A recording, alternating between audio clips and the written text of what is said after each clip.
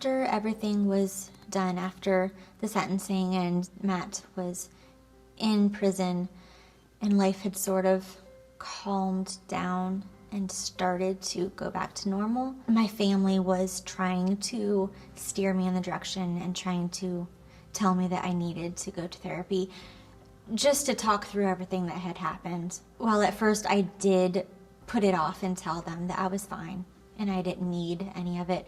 I did eventually give in and I did go to therapy. After graduation, Zach and I had some issues. A lot of our underlying problems would go back to everything that happened. He felt guilty, like he should have known what was going on, because at the time that everything was happening to Liz and I, he was sitting in his room playing video games, and no matter how many times I told him that's ridiculous, he still felt guilty about that. We had other just growing apart problems. He was also a year younger than me, so he still had one more year of school, whereas I was done, so that played a part in it. But a lot of our arguments and just the way that life was taking both of us, I sort of was forced to grow up a lot that night. So while I was still a teenager, I still had fun and went out with my friends. I wasn't quite as carefree as I used to be. I wasn't the same person as I used to be. And I think that put a huge rift in our relationship. And so eventually we did end up drifting apart completely, and we broke up and went our separate ways. I met Justin, I met my husband, actually on the very same night that I had met my high school boyfriend, back years before at a youth group event. We were all in the same room and I met them both at the same time.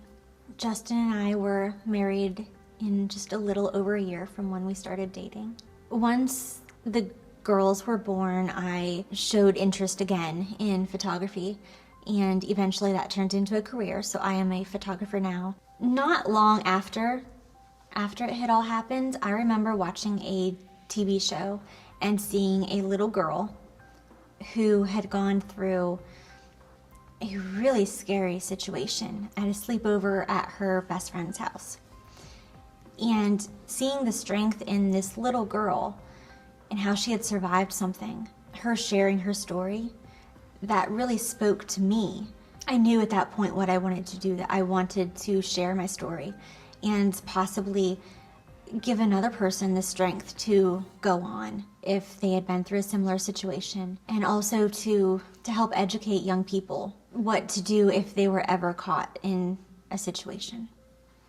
When I share my story, I like to think that if I can help at least one person, if one person is out there and sees and hears my story and uses any of those survival instincts in a situation of their own to help save themselves or another person, then I feel that it's worth it.